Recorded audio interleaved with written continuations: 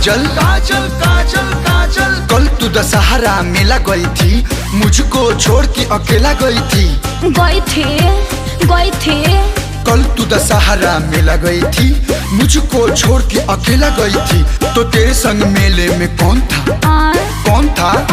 कौन था? तुम थी, तेरा फ्रेंड था। तुम थी, फ्रेंड था, कौन था? कौन था? कौन था? कौन था? अमरपाली बहन। एक काजल झूठ बोल रही हो, मेला का भेद न खोल रही हो। ओहो, नवरात्र में शौक करते हो, कल्लू कैसा तुम टॉक करते हो। टॉक? हाँ, टॉक माने बात। झूठी बात।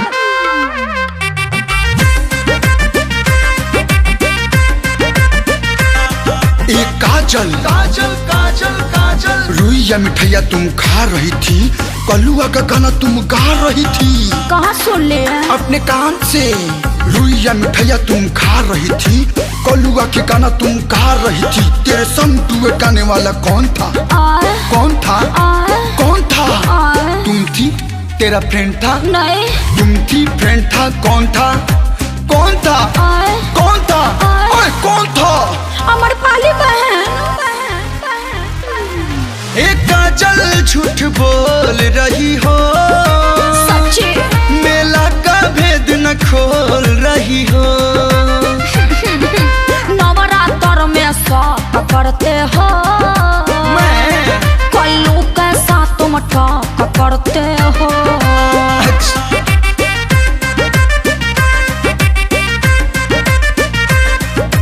नौमी भूखी हूँ। व्रत में झूठ नहीं बोलना चाहिए। एक काजल काजल काजल काजल, गोलंबर पे मूर्ति तुम देख रही थी, माई के माथा तुम टेक रही थी। क्या करूँ, पूजा भी छोड़ दूँ? गोलंबर पे मूर्ति तुम देख रही थी, माई के माथा तुम टेक रही थी। तेरे संग माथा टेकने वाला कौन था? कौन था? कौन था? तुम थी, तेरा फ्रेंड था। तुम थी, फ्रेंड था, कौन था? कौन था? कौन था? अरे कौन था? अमरपाली दीदी। एक काजल झूठ बोल रही हो, अच्छी कहती हूँ। मेला का भेद न खोल रही हो। और नवरात्र में शौक करते हो, कैसा कल्लू टॉक करते हो। विश्वास नहीं है का? विश्वास टूट रहा है। एक काजल काजल काजल काजल, श्याम देहाती जैसा दिख रहा था, ईयरगन चलाना सीख रहा था। आपको मिस अंडरस्टैंडिंग हो रही है। झरबो इंग्लिश।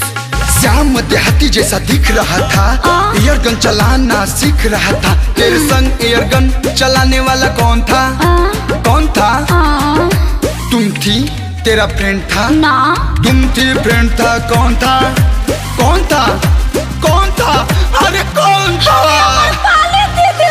झूठ मत बोलो। सही बोल रहे हैं। अभी मैं फोन लगाता हूँ। हाँ, लगाइए। हेलो। हेलो, हाँ जी, कौन? हाँ जी, अमरपाली जी से बात हो सकती है क्या? मैं कल्लू बोल रहा हूँ। हाँ, अभी करवाता हूँ, ये लीजिए। नमस्ते। हाँ, नमस्ते। अच्छा, आप कल कहाँ पर थी? मैं तो मुंबई में शूटिंग कर रही थी। थोड़ा एक बार और बोलिएगा। अरे बाबा, कल मैं मुंबई में शूटिंग कर रही ओके, थी। Thank you. दूध का दूध और पानी का पानी करने के लिए। Bye bye, take care. एक काजल। बोलो। अब बता। क्या? कौन था? अरे मेरी मौसी की चाची का बेटा था, मेरा भाई। अरे नाम तो बता। नाम जानने के लिए SR के म्यूजिक चैनल को सब्सक्राइब करें और घंटा जरूर दबाएं। जय माता दी।